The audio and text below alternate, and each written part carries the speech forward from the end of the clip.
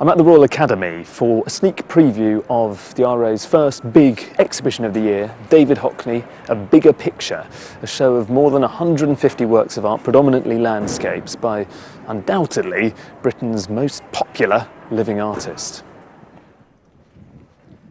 What you see here are a number of landscapes created by Hockney, but much earlier in his career. This, in a sense, is the beginning of the show proper. What you see are a number of oil paintings on that wall, watercolours on that wall, of the countryside near Bridlington, where Hockney's lived for the past 7 or so years. They're quite modest paintings, really. They're very upbeat, they're perfectly cheery, they're delightful, a little polite for my taste. But if you carry on going through, they really are quite a lot of landscape paintings from this area of Yorkshire. In fact, in the exhibition there are more than 150 works. Here's a series which shows you the Waldgate Woods, sylvan forest scenes, which have some of that mystery, that age-old feeling of wandering and being enveloped by the forest gloom. You're really sucked into these quite large paintings, which are full of certain wildness and mystery, an ancient feeling of the forest. In here, things start to go a bit haywire. I feel like the show starts to become almost spectacularly weird. Take this painting, for example. This is kind of mad. This doesn't look like the natural landscape. It's completely transformed by Hockney's vision. You have these trees and shrubs, which are given quite strong silhouettes.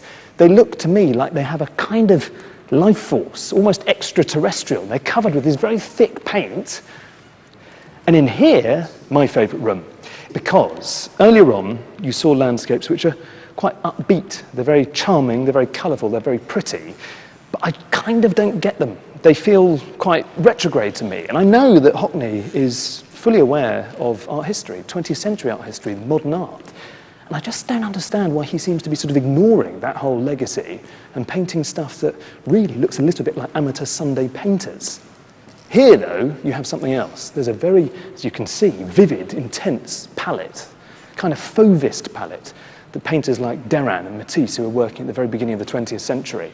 It has an almost religious vision intensity, though, partly because if you see those bright blue trees leading off by the road, just up near the horizon, they start to bend and curl and distort into a kind of vortex, sucking you in the distance.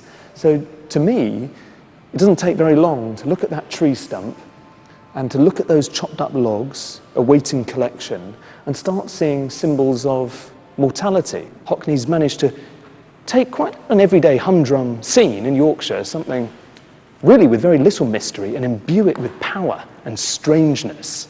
And that, for me, is why I like this room the best.